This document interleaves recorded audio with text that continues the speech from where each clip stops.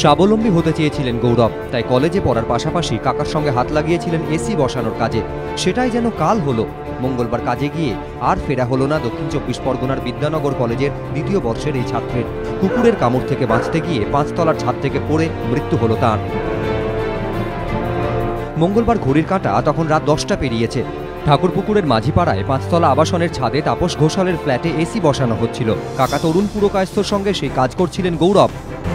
ঠিক সেই সময় পোষ্য দুটি অ্যালসেশিয়ান নিয়ে ছাদে আসেন ওই আবাসনেরই বাসিন্দা সুমিত ভট্টাচার্য। গৌরব ও তরুণকে দেখে তেড়ে যায় ওই কুকুর দুটি। কামড় থেকে বাঁচতে পিছিয়ে গিয়ে একেবারে ছাদের পাঁচিলের গা ঘেঁষে দাঁড়িয়ে পড়েন গৌরব, কিন্তু টাল সামলাতে না পেরে 5 তলা থেকে নিচে পড়ে যান তিনি।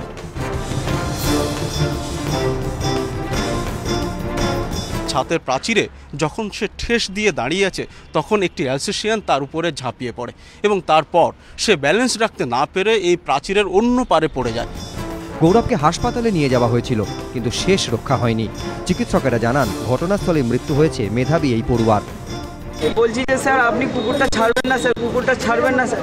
সঙ্গে সঙ্গে কুকুরটা ছেড়ে দেয় আর দিতে এবারে একটা কুকুর আমার দিকে তেড়ে আসে আর একটা কুকুর আমার ছেলেটার দিকে তেড়ে আসে। 6 তলা উপর থেকে বুকে ধাক্কা মেরে ফেলে দেয়।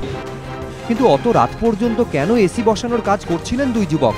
গৌরবের কাকা তরুণের দাবি, কাজ করতে করতে রাত হয়ে যাওয়ায় বাকি কাজ পরের দিন করবেন বলে জানান তারা। কিন্তু আপত্তি করেন ফ্ল্যাটের মালিক তাপস ঘোষাল। অগত্যা অনিচ্ছা সত্ত্বেও কাজ করতে থাকেন দুজনে। দেখতে দেখতে সময় গড়িয়ে রাত 10টা হয়ে যায়। মঙ্গলবার রাতে কুকুরের মালিক সুমিত ভট্টাচার্য ও তাপস ঘোষালকে গ্রেফতার করে ঠাকুরপুকুর থানার পুলিশ। অভিযুক্তদের বিরুদ্ধে জোর করে কাজ করানো ও অনিচ্ছাকৃত খুনের মামলা রুজু করা হয়। বুধবার 2 অভিযুক্তকেই জামিন দেয় আলিপুর আদালত। সত্যজিৎ বৈদ্য ও প্রবীর চক্রবর্তী, এবিপি আনন্দ, কলকাতা।